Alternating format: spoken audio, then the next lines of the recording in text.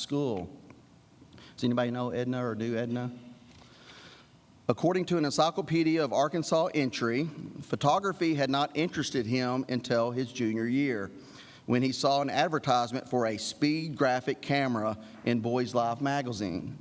He asked his mother for one as a Christmas present, but with his father overseas fighting in World War II, she could only afford a Kodak Brownie Hawkeye.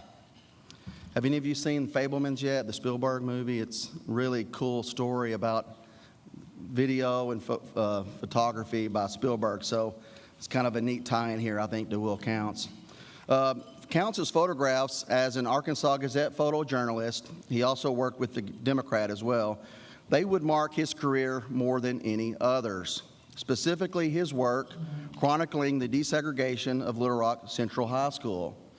They would become some of the most iconic photographs of the 20th century. His first of his powerful images of the Central High crisis appeared on September the 4th, 1957. Probably the most recognizable one will be the one of Elizabeth Eckford. Many of you probably recall of her being harassed by the white students when she was left alone when she came to school that day. Really, really tragic story. In his 1999 book, A Life is More Than a Moment, and Chris Usher, our speaker today, will talk about moments. He reveals that using a 35 millimeter Nikon S2 camera with a wide-angle lens gave him a significant technical advantage over his competitors, who were shooting with large speed graphic press cameras that required reloading after each shot. Counts was able to shoot 36 exposures before reloading, and thereby was able to follow the example of his idol, French photographer Henri Cartier-Bresson, who believed that shooting many exposures would increase the chances of getting the best representative shot of an event. As Chris will tell you, the moment. The other was his photograph of black journalist Alex Wilson being beaten, harassed, and kicked. That photo took first place in the Spot News category of the 15th annual News Picture of the Year competition. It was selected by Encyclopedia Britannica as one of the world's most 50 memorable photos of the 20th century. And get this, it was reported that President Dwight D. Eisenhower ordered federal troops to Little Rock after seeing that photo. The power of photography. Counts retired from Indiana University in 1995, where he spent most of his career on the faculty at the university developing the premier photojournalism school in the country. He died on October the 6th, 2001 of cancer. And did you know, get this, that today's speaker, Chris Usher, studied under the tutelage of Will Counts? Yes, it's true. He told me that last night. Will Counts mentored Chris Usher, and what a really cool twist for our story today. But it was Counts' help in 1997, working with his wife Vivian, to seek reconciliation for Eckford that may be the most lasting of his work, when they successfully organized a meeting between Eckford and Hazel Bryan Massery, the young white student pictured screaming at Eckford in the now infamous photo. If reconciliation can be had between those two, then there's hope for all of us. And that's our Illuminating the Rock story for this week.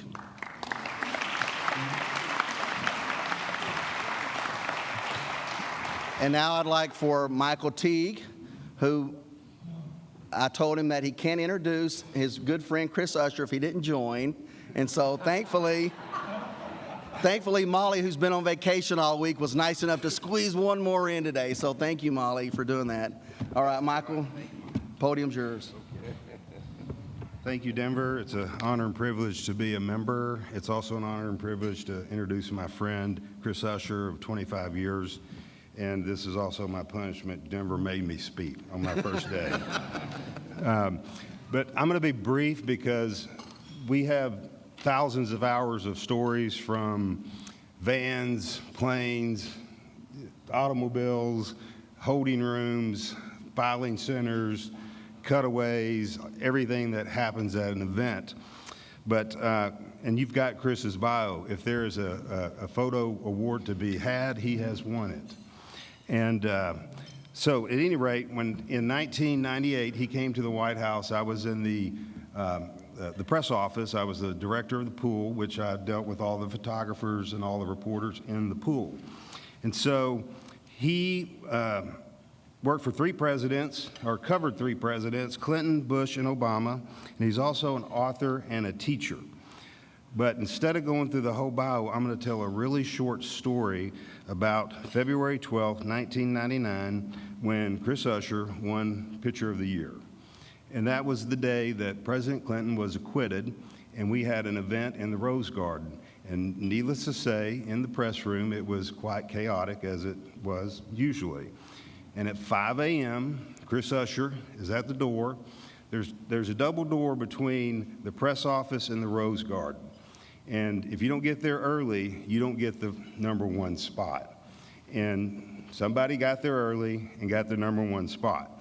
But that's not the whole story to this picture. About 2 minutes before the president was going to come out to speak, Chris Insco, who was the president's personal aide, called and gave me the 2-minute warning. And I looked down the portico, and there's Chris Usher on the ground setting up a remote camera. And I'm going to let him finish the rest of the story, because that brief moment led to an award-winning photo. Chris?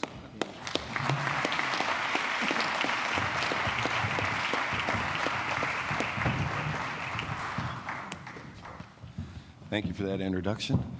Wow, I'm honored. Thank you so much for having me here today. I'm really honored that you guys invited me. And what I hope I can do for you guys is to not only give you a little more insight to what the White House encompasses and how the White House is, but also to improve your own photography. As I said, I teach quite a bit. And keep your eyes open. I have workshops occasionally. And Dee Foster, he took one of my workshops, and he self-admittedly said it changed his life. So I'm like, okay, I'm humbled by that. So to begin with, a lot of people, when you say White House photographer, people say, well, how do you get to be a White House photographer? And there are more than one kind of White House photographer. What people think is that a White House photographer works at the White House for the president. Yes, there are some of those public servants that it is a public service job to work for the White House, but I worked at the White House, so there is a difference. And I was in the White House travel pool with these guys that they handled us. So we represented all the magazines, newspapers, TV, the press, media. So that there are 2 differences right there. Going back to your, well, maybe I'll wait. Maybe we'll just, all right. As you're looking at some of these images, I want you to, this is something I want to just get out first because I am a teacher. I want you to think about, in all your pictures, when you pull out your phone, I want you to think about what your subject actually is, if it's your friend or the dog or whatever. But then think about the light, the composition.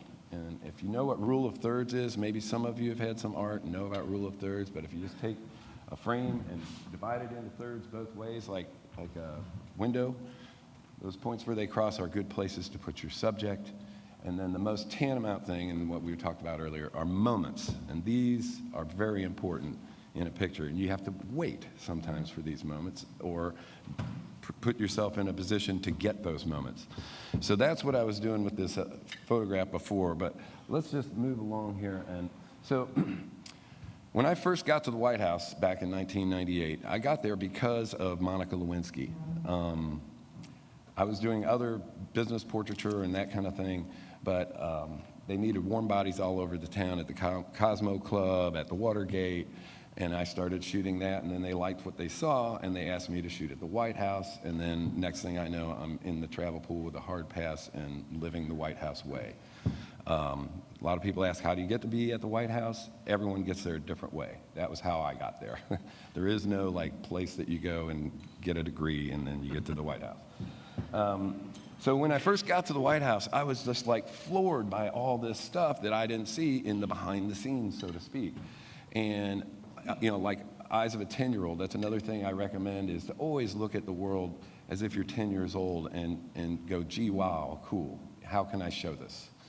And so I realized that this was a very unique thing, and I started carrying 2 Leica small rangefinder cameras that had black and white film, and that was for me, and it was a private project that I kept offering it up to the magazines. I worked for Newsweek and then Time magazine throughout that time, and I had always offered up, nah, we don't know, it's all right. So I have the 600 rolls of film of images like these that a lot of times don't even have the president in them, because to me it was much more fascinating that it doesn't matter who the president is.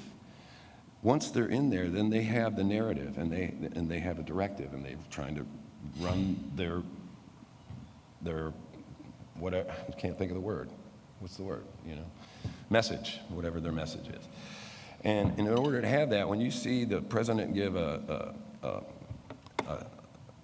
press conference or something on inflation in Little Rock, it starts a whole wheel that brings these guys and hundreds of people that make that happen. When you see that 30-second soundbite on the TV news, it all started with billions of people, and these are the people that I focused on. And it starts right here with the Secret Service. As you can see, they're omnipresent. Sometimes they're out there to be seen on purpose, and sometimes they're not being seen. But make no mistake, the other important people, the social staff. You know, it's very important on who sits next to who. These are people that you just don't know or see. This is a translator in the back of the East Room, and in the reflection, that's Clinton and Jacques Chirac. And, you know, she looked like she was having a difficult time. And it's like, it's true. Like, if you're the translator and you don't translate it correctly, like in French, if you say salut, that means hello. If you say salaud, you're saying you're a pig. So you could mess up. And so that, I imagine, is a stressful job. They have the band, and this is the Rose Garden, and this is a typical preset, and this is what Denver and Michael and a bunch of other people would let us loose out there before an event to get all your stuff set up and where we are. And like Michael was saying, if you wanted a key position, you had to wait by the door a long time. Yeah. Being a photographer is not so much shooting as it is waiting. It's a lot of hurry up and wait, as we like to call it. And there the photo dogs are. Now, Bush 1 gave us our name, photo dogs, because we were always running around in a pack right behind them. Oh, here's my photo dogs, come on, you know. And so we like that term, actually. We're all right being photo dogs. And there's, in the back of the East Room is, that's where they pile us up, behind a velvet rope. And so that's why I call my thing, we're behind a velvet rope all the time, trying to make a picture that's unique, even though we're all shoulder to shoulder. And that is the test of trying to come up with something unique in a given environment. And it was these guys' job to keep that environment tight so we didn't get loose and get something that they didn't expect to happen. And we're going to get to that story here in a minute. There's Michael. Look at that. He's leading the photo dogs himself right there. Yeah. And he's like, nah, don't run. No running. Yeah, okay. Everyone trying to get to the thing that's outside the West Wing, the White House there. And then in the press gaggle, this was Friday, October 13th, and USS Cole had just been blown up, and Jake Seward had just taken over the job of press secretary. And, you know, all the people, Mark Knoller, Bill Plant, and Helen Thomas, a lot of famous journalists are in there that still are at it today. But that mayhem, and I did get that kind of access that you're not normally allowed to shoot that gaggle, but that was a lot of what I did. That was the day Teague retired. Yeah, they got him a golf bag. Yeah, I just thought I'd throw that in there. Yeah. So that's Doug Van. That was President Clinton's assistant. he had it hard. Where's my Coke? Where's my Diet Coke? And that's just outside the Oval Office. But once again, it's all these other people other than the president that make the world go round. This is the view from the president's desk, what it looks like to be in, this is during the Clinton administration. And that was actually a taboo picture too. But I had the trust of a lot of people because I was a good guy. I didn't do anything too outlandish. And I just like, I'm gonna get a picture back here. Is that okay? Okay, bye. So this is where we would go down to the landing zone down. You can see the Lincoln Memorial back there. And we would often drive down from the White House down here and then take off from helicopters right there, which is now the World War II Memorial. So this place no longer exists, but it was a big flat area. And it was really cool because we'd get in those CH-13s that, you go in the back of the thing and it would go up with the door open right next to the Washington Monument. You're just going right up like the monument. There's all kinds of cool things about it.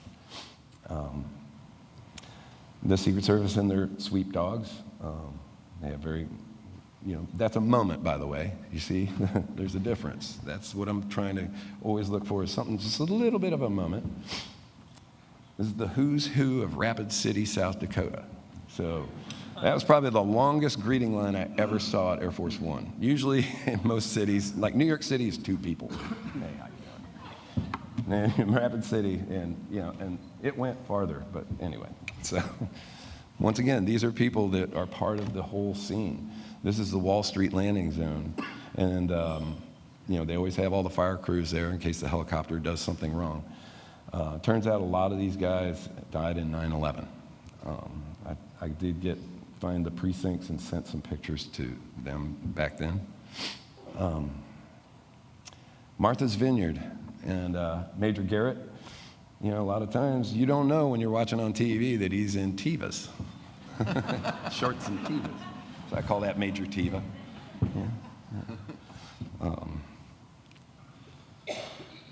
And those are the helicopters we often flew in, and boy, do they rattle your teeth and drip hydraulic fluid on you as you're sitting there. You're like, oh, what's this? And you never put your cameras on the ground because it would rattle them apart.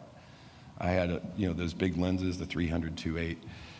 I was standing one day, and it just fell off. It just fell in 2 parts. And it turns out that so same thing in any aircraft. Those micro vibrations can take things apart. And this is in there, and we're all asleep, because it's just, you start at 2 a.m. and go till 5 a.m., till whatever. It was nonstop. Sarajevo. I'm trying to get to your pictures, so we talk about that. But there's always a man behind the president and worrying about this. So this was a big day. So here's 2 stories that I wanted to spend more time with. We were out in Aspen, Colorado, at Dianne Feinstein's place, and supposed to be a real quiet weekend. And the King of Morocco, King Hussein, died, and they have to put those guys in the ground in 72 hours. And so we had to fly back to Andrews and get refueled and then fly straight to Morocco. And we hit the ground, and it was mayhem because hundreds of world leaders were coming all into this one little airport. And it was crazy. And I'd almost like to get what you guys have to say about it too. But this is, Denver is we're running because all of a sudden the president decided to walk with the procession through the streets of Rabat with all these open windows, and Larry Cockle, the Secret Service guy, went crazy. And I ran out and went into the fray, and I don't even know how to describe it more than, well, there are a few pictures here. So I found out later that, I ran up on a small hill and I shot this, and President Clinton is looking right at me, and I found out later that he was looking right at me, and he did say, "How the hell does her get up there?" But Yasser Arafat, there's so many world leaders in here, and going to this place to inter them, and this is what it's like alongside. These people, this is like their father dying, and everyone is just that kind of grief.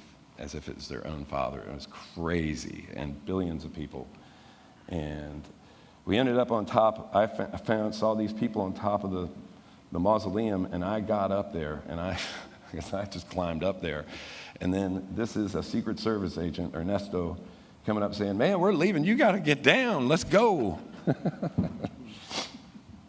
So one of the things that I like to do is to always try to be in a place that no one else is. It's really important to try to, it's what I call 5-foot photography. Don't just stand there and shoot a picture. Here, is there a better way to shoot it through these plants or up above? Can you get high, low, left, right, shoot through something that will improve your photography and make it more interesting often. This is in India. President Clinton, this is one of his favorite moments, apparently, when they were throwing rose petals on him. There's John Podesta in the Taj Mahal. Taj Mahal is a lot smaller than it looks, actually, if you've ever been there. But all that is hand-carved marble, and apparently they put an imperfection in each part because only God can be perfect. Thought that was interesting. But to make that image, I held a flash over that marble stuff and just shined it down in there. There's ways to take your flash off of a camera. This is the Burundi peace talks. Another trying to get to a unique spot. There was a catwalk above the whole thing, and because I had the trust of some of the Secret Service agents, I said, "Can I go up there?" It's like, "Hurry up," you know. And so I got that, and I mean, it was really unusual. And while I was up there, I won't even go into it. Jesse Jackson was walking by, and he was just shaking his head and actually cursing him like Reverend. He's like, "They ain't gonna have no peace here." You know, anyway, he was very disgruntled. He didn't like what was going on. Just a little story. All right, here we go. This is the picture that Michael was talking about. So, as we all knew, the president was going to get, all of a sudden I can't think of the word. He wasn't acquitted. That's it, the acquittal. And I was trying to think how on earth, and see, this is another thing about being a photographer, is think about your images ahead of time if you can, and it's what I like to call create your own luck.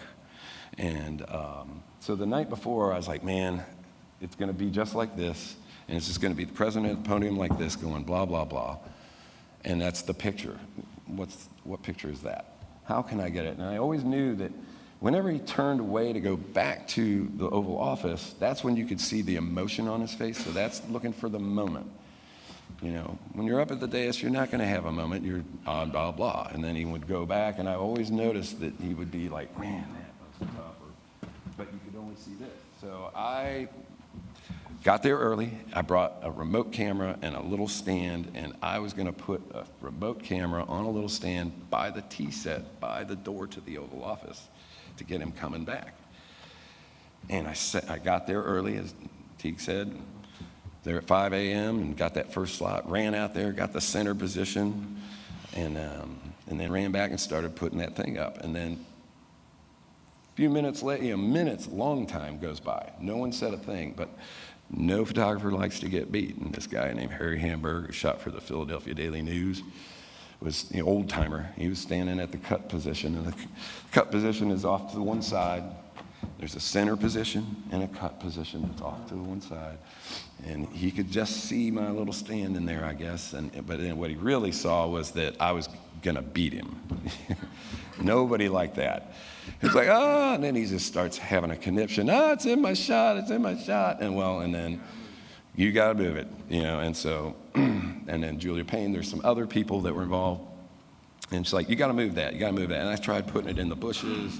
And what are you doing in the bushes? Do you walk in your own bushes at home? I'm like, yeah, I do. I was just trying to get something. And finally, at the last second, yeah, there's a ramp freeze, and just as Michael said, I was like, well, what about on the flower pot behind the podium? You know, because that had been done before by AP and some other people. I knew that was an acceptable position because no one could see it because it was behind the podium. And so I had to, with 1 minute to spare, just like clamp it on and set it for automatic and hope for the best, F8 and be there, as we like to call it. And ran back to my position, and we're all piled up there, as you can see, tons and tons of people. And I was right behind the podium in the middle. And I'm like, well, where'd my remote go that sets it off? Oh, no. When I went back in, dropped my bag off, it must have fallen out of my shirt pocket in the briefing room, just inside those double doors. Well, I'm like, I gotta have that. So you can imagine the anger of all the press when I'm like, excuse me, pardon, excuse me, pardon, excuse me, pardon. They're like, what? It's about to start. And I go to the door, and there's a Secret Service agent there, and it's like, sorry, it's ramp freeze. No one enters or leaves until after the event. I'm like, man, there's something that's right on the other side of that door. I gotta have it, and I'm gonna get it. And I did. He didn't kind of know what to do. I just went in there, and then I said, I gotta get it, so he did. He let me out. Thank God. And then I had to go, excuse me, pardon, excuse me, all the way back, just in time. Got the picture. So they used the front picture of the president like this on the cover, and then this was a double truck inside. Another thing that got things in trouble, I found out later, is that, Newsweek. I was working for Newsweek at the time. There's something that's called, well, should I go into a pool? No. Too much to describe, too much detail. Anyway, Michael got a good reaming for that photograph. Apparently, the press secretary, Joe Lockhart, he threw it down in front of him and said, I just spent 20 minutes with the president getting reamed myself about this picture. How did this happen? It's a pretty good picture, but how did this happen? Yeah. So anyway, this image ended up winning an Alfred Eisenstadt Award for Best Picture of the Year. Alfred Eisenstadt shot the famous picture of the sailor and the nurse after World War II. So that was a nice distinction. There was something else about this image that I was trying to remember, but it did. It paid off. Somebody said that apparently Hillary was right there. But I don't know. Did you say you only got one image? Only got one capture too? No. It turns out I did. I shot 32 out of 36 frames on that roll. Because, you shoot and tell. But it was at the very end, by the way. This is the second time he left the podium. He left the podium, and then Sam Donaldson had somebody who's like, Mr. President, and he had to come back and he said something else, and then that's when I made this image. So I was very fortunate. Then getting out on the road, there was the campaign, and this is on Halloween, and so it was a lot of fun, and doing the Gore campaign, and Denver did a lot of the Gore campaign. And when we're on the press charter, there are no rules. We had a disco ball. Everyone had their own row of seats, and you could customize it with all kinds of adornments and things. And then some guy from the Washington Times wrote about that, and we went to an event, and we came back, and the plane was stripped clean because it's not very FAA. And we actually had a margarita machine in the back galley. It was wonderful. Yeah. This is in Chicago, and I just love this image because it looks like it could have been shot 80 years ago with the boater hats, but those are all people there to see Al Gore on his campaign event. And then oftentimes, that's Miranda, this is 5 a.m. in Orlando, and then we have a call at 7, but we're checking in. So a lot of times you check in, and you're there for 2 hours and you check out. It was oftentimes like the nicer the hotel, like when we were in Switzerland or on Lake Geneva, and beautiful room. It was like $500 a night, and you're in there for like 45 minutes. But then, we'd be in Waco and spend 5 days at the.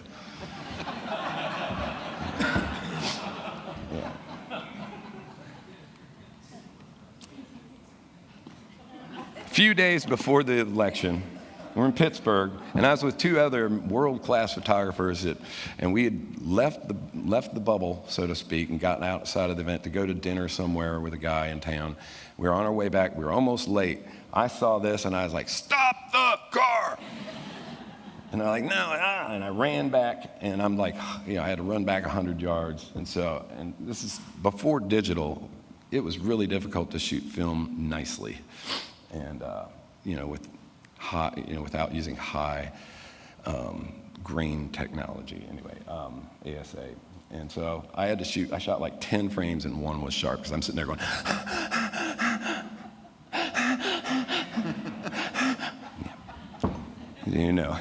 Yeah, I couldn't hold, it's like when you're shooting, like exhale, boom. No, I was like, yes, anyway, so I couldn't.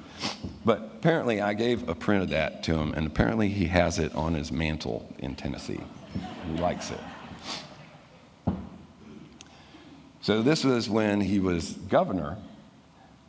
That's Kathy Walsh. She's a writer for the Houston Chronicle, I think, and who else could, she's never gotten this picture from me. I need to track her down, but, just to say you did that to a president, that's, wow, that's why I like that. But this is another reason why you always have your camera on you. This was in the tent, this was all press people. Everyone was having lunch like this. Everyone had a plate, and he came in, and she was going, hey, and I was just like, boom, done, And no one else had a camera around. All their cameras were sitting down while they had their food. So it's another thing I always recommend, just to always have a camera. We do now, right here, but then it's a good enough quality. But and then he became president, and that was it was a really rainy day, and but that's the bulletproof glass with the rain draining down. I thought it was interesting. And the Secret Service, this is after 9/11, they had extra Secret Service everywhere. And 9/11. So I had just gotten back from France the night before at like 10:30, and I had jet lag, and I stayed up until 3 looking at mail, and my phone rings in the morning, and this buddy of mine said, hey man, a plane hit the World Trade Center. I'm like, yeah, so I'm thinking of Cessna. And then he's like, oh, no, the second one just hit. What? And then I was like, oh, no, I've got to get out and get busy and do the Washington response. I thought, well, this stuff happens in New York, but never here. And as I was loading up my truck with my gear, I heard the Pentagon get hit. I lived in Alexandria, just 2 miles south. And so I was there as the smoke was turning horizontal. That's how quickly I got there. I got a regular parking spot, and I was there all day long. And it was scary because I was watching first responders, and they were not running in there, most of them. Most of them were standing back because there was another bogey. The Shanksville flight was still in the air, and they were expecting it to be a double ordnance there. And I'm like, no picture is worth dying for. That's another thing. No picture is worth dying for. So I stayed with the first responders back in this little tunnel, a few hundred yards away, waiting for this thing to never happen. But for the second hit, and I thought that was interesting. But so this is the next morning. Those are the guys that fought the fire all night. They were all asleep. And I walked in there like I knew what I was doing, and I was there for a good 15 or 20 minutes. Some said, hey, what are you doing in here? So another thing about being a photographer is just be yourself and act like you know what you're doing and get the pictures that you need. So this ended up being a double truck in Time magazine from that event. This is just outside Dover Air Force Base, and I was on my way there to see if I could get images of where they were taking things, and couldn't get in there to get anything. And then while I was driving down the road, always keep your eyes open, and this is the picture. A few days later, they hung that. And after 9/11, before 9/11, a full Commodore like this guy would never have to go through a magnetometer. And they just go, come on, sir, But now everyone, since 9/11, and now we have to take our shoes off and everything else. It's wonderful. This is when war was declared. That's Pete Sousa on the left there with the camera. He was Obama's official photographer for his entire, and he was also Reagan's photographer. And yes, I was on the secret trip to Baghdad. Now that was crazy. We were hanging out in Waco, and we would go and play softball at the Baylor lot, and when he was at his ranch, nothing usually ever happened, but, we're always there. Ever since Kennedy got shot, there always has to be the press within the realm of where the president is, somewhere nearby, in case. And that's what these guys' job was, is to wrangle us and keep us somewhere nearby so that, and this one guy comes up and he says, hey, we were all asking to get tickets to the big football game. And he said, get in the truck. I got something to tell you can't tell anyone else. And it's like, oh, we won't tell where we got the tickets, man. And we won't tell anybody. He's like, no, President's going to Baghdad and you're going with him.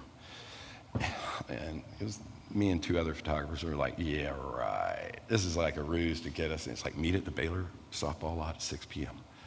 Don't tell anybody. Don't change any of your plans. No phones, no nothing. Don't tell a soul or they'll cancel the trip. And so we all get there, but we were kind of thinking, it's just a Thanksgiving ruse for a party and something. But sure enough, there we go. Got on the plane and flew straight there, and then flew straight back. We were there on the ground 2.5 hours and came right back. It's crazy. But yeah, he picked up a plastic turkey and he got in trouble for that, I guess. But I don't think he knew it was plastic. It looked pretty good. Anyway, subsequently, I ended up doing quite a lot of work with Katrina. I spent 3 weeks down there. I drove through the storm and spent 3 weeks down there, and then went back and did another whole body of work for 3 years. Traveled the country, found Katrina survivors. But I taught my way onto a military helo that was doing runs. I had to drive up to Jackson, Mississippi to get on there. And then I talked the base commander into giving me his personal set of nods so I could shoot, because it was night ops mostly. And then I got like 2 hours in the morning before they returned. And it was the same guys that rescued the guys back in Afghanistan a while back, that same team. Remember when they went into, I can't remember. Anyway, and it was really cool. It was a really cool experience. But it was tragic, as we all know about Katrina.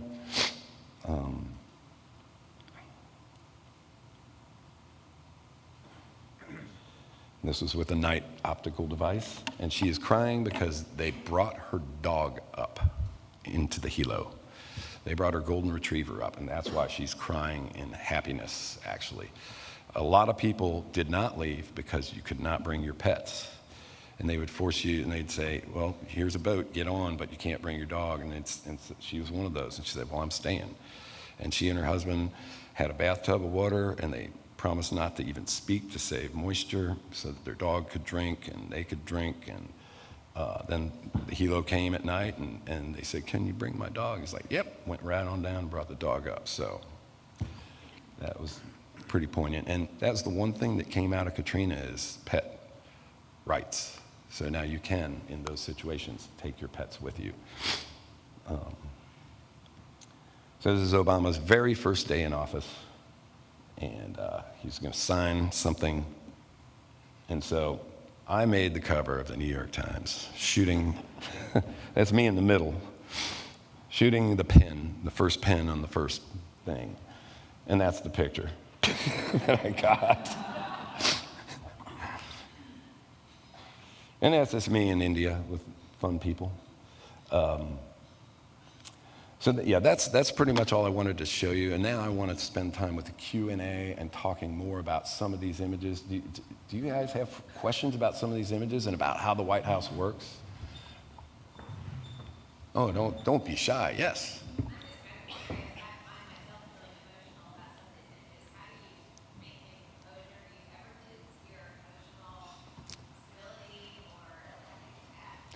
That's a good question. Thank you.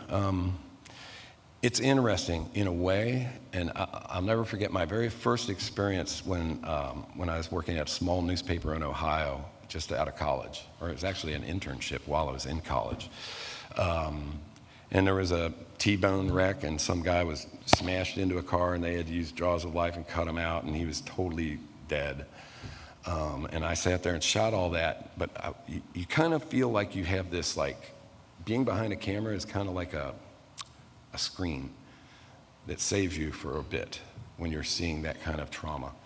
And then I drove back, and right when I got back, and it all hit me, and then I was just a mess. But this Katrina stuff and all of that, yes, it can get tough. There's a world-class photographer, Carol Guzzi, who shot tons of war, and that can take a very serious toll. For me, I try to be compassionate, and that's what I do when I photograph these people. Is like the Katrina, I would come up and they're in their worst depth of grief, and I'm just like, hey, I just want to document this because people need to know what you're going through, and and almost no one, I think I had 2 people out of 500 that say, no pictures in that situation with Katrina. So, 2 minutes, wow. Man, and I was winging through. I mean, I could talk for about 4 hours. Every one of those pictures actually has a full-blown story behind it, and some kind of a really good aspect about photography that's good to keep into your belt. But I would like to, Oh, yeah. Yeah. Technology you mentioned earlier, do you think that access to technology has replaced quality? Yes. Or does it make it more accessible to the Question for the Zoom. Yeah. Oh, so he's asking if technology has made made it more ubiquitous, or too much, or not good, not as more quantity, less quality. That is so true. That is one of the things that I became despondent about, is that the digital world made it a whole lot easier for anyone to be a photographer and to have success. A lot of people can see, but they didn't want to learn films and f-stops, shutter speeds. And now, I've seen kids that are brilliant viewers seeing. And that's what I like to teach, is how to see. The technical part, it doesn't almost really matter. You can work that out yourself. But how to see and how to feel and how to think about where you are and how can I get the feeling, this is a big room, how can I get that feeling? And that sort of thing. But going back to, the digital realm, and there's so many more pictures, and the digital aspect of a click away, because everything used to be a weekly magazine. Time magazine sat on the desk for a week. That's why the advertising was expensive in there, and they could afford to pay me and other photographers to get that quality work. And now it's just like one click away online. So they can't invest in that kind of quality, and it's cheaper to have. They used to fly me everywhere, all over the country, all over the world. And then as those years started happening, I traveled less and less and less, because they could just get some guy in whatever little town, and they knew that he'd get something they could use. But in the early days of film, that 4-letter word that begins with F,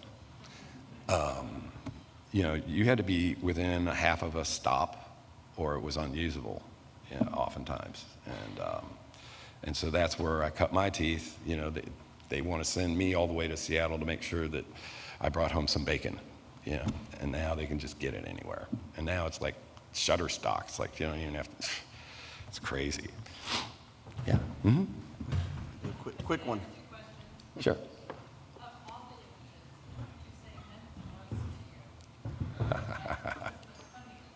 Oh, so that's always a question I get. What's my best favorite picture or whatever? It's usually my last one. But there are some that stand out a little more above others. And I was just noticing, I was showing some other pictures earlier. One of my favorite ever assignments was one for People magazine covering Martha Stewart going to prison in West Virginia in a small town. And I walked into it, and it was just a blast. And I got invited to a trailer park wedding And then I was like, what's that over there, over by the gate? And it's like, oh, they have a demolition derby there tomorrow morning. And I'm like, really? And I go there, and I'm shooting these guys, and they go, you want to drive? And I'm in this car that says Redneck Racing Inc. on it. And all it is a gas can sitting there, and it looks like it's going to catch on fire as it is. And he said, if it dies, you got to use this screwdriver, jam it in there, and do like this. And I ended up winning. So, yeah. Thank you. That was awesome. Thank you, Michael and Chris. I told you he would be amazing, and he lived up to the billing. He's going to sign copies. He has a few of these he brought with him behind the velvet rope if you want to stick around and hang out with Chris and get one of his books. I think that'll be outside where we check in. Chris is, and Michael and Dee and others, we were in this incredible opportunity to travel in the glory days of White House travel. I mean, literally, you can look at it, and with all the new cable channels and everything going on, that were spending money like crazy into the 90s, and then Clinton traveled a lot. There was a lot of news there, and then it was pre-9/11. So there's this one period of time where we got to kind of see and experience the world in a way that you couldn't do it if you didn't have a guy from Arkansas that was your president. So anyway, thank you, Chris. He was our favorite in a lot of ways. He got a lot of access because he was a nice person. And Southern charm goes a long way, and it works in Arkansas, and apparently it works in Washington. So thank you, Chris. You do have an Arkansas Traveler Certificate coming your way. Our new governor hasn't done her nameplate yet, so your Arkansas Traveler Certificate will be one of the very first ever signed by a female Arkansas governor. So looking forward to you getting that as soon as it's ready. We do have a book speaker series. We're giving books away by Little Rock Connected authors this year. So this is in your name. This will be for you to keep.